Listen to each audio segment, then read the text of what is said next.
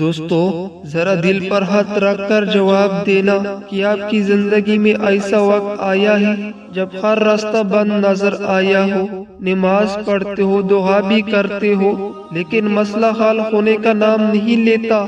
کبھی رزق کی تنگی، کبھی قرض، کبھی بیماری، کبھی رشتوں کی الجھن، کبھی دل کا بوجھ، اور پھر دل سے ایک ہی آواز نکلتی ہے، یا اللہ اب تو کوئی راستہ نہیں بچا۔ دوستو اگر آج آپ یہی محسوس کر رہے ہیں تو یہ ویڈیو اللہ کی طرف سے آپ کے لیے ہے۔ آج میں آپ کو وہ ایک دعا بتانے والا ہوں جس کے بارے میں علماء کہتے ہیں یہ دعا بند رستوں کو کھول دیتی ہے، مایوسی کو امید میں بدل دیتی ہے، بس شرط یہ ہے کہ دل سے سننا اور آخر تک دیکھنا۔ دعا کی طاقت، اصل حقیقت۔ دوستو ہم اکثر دعا کو بس الفاظ سمجھ لیتے ہیں، لیکن حقیقت یہ ہے کہ دعا عبادت ہے، دعا اللہ سے بات ہے۔ دعا کمزور بندے کو سب سے بڑا ہتھیار ہے۔ نبی کریم صلی اللہ علیہ وسلم نے فرمایا دعا ہی عبادت ہے، اور ایک جگہ فرمایا اللہ اس بندے سے ناراض ہوتا ہے جو اس سے دعا نہیں مانگتا۔ سوچئے جو مانگے اللہ اسے پسند کرتا ہے، اور جو نہ مانگے اس سے ناراض ہوتا ہے۔ پھر دعا کے باوجود مسئلے کیوں رہتے ہیں؟ دوستو یہ سوال تقریباً ہر بندہ کرتا ہے، میں دعا بھی کرتا ہوں پھر بھی مشکل کیوں ہے؟ اس کی 3 بڑے راز ہیں۔ نمبر 1، اللہ وقت مقرر کرتا ہے۔ نمبر 2، اللہ بہتر فیصلہ کرتا ہے۔ نمبر 3، اللہ راستہ ایسے بناتا ہے جس کا ہمیں انداز نہیں ہوتا۔ قرآن کہتا ہے اور ہو سکتا ہے تم کسی چیز کو ناپسند کرو اور وہ تمہارے لیے بہتر ہو۔ وہ ایک دعا جو راستہ بنا دیتی ہے۔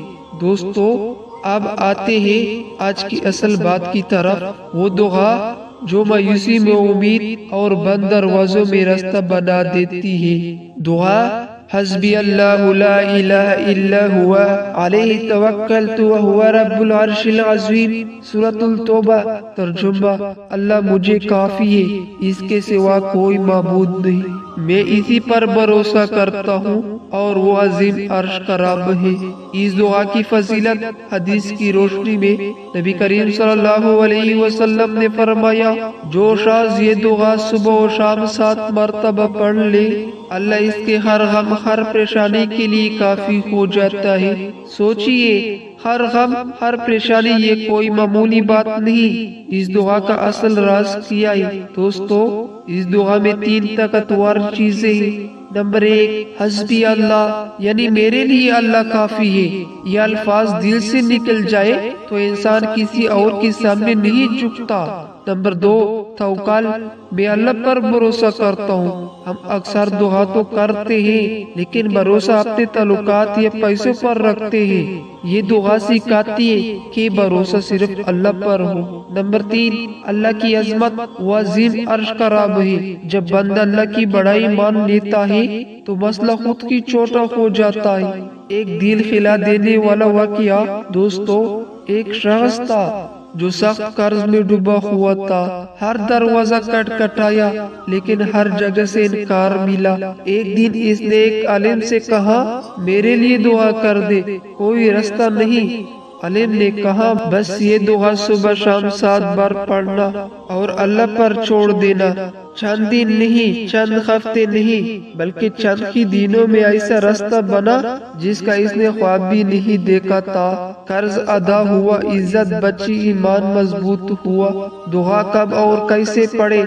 فجر کے بعد، مغرب کے بعد، آنکھوں میں آنسو ہو تو اور بہتر۔ پورے یقین کے ساتھ یاد رکھیے الفاظ کافی نہیں، یقین ضروری ہے۔ ایک بہت اہم بات دل سے سنیے دوستو، یہ دعا جادو نہیں، یہ اللہ سے تعلق ہے۔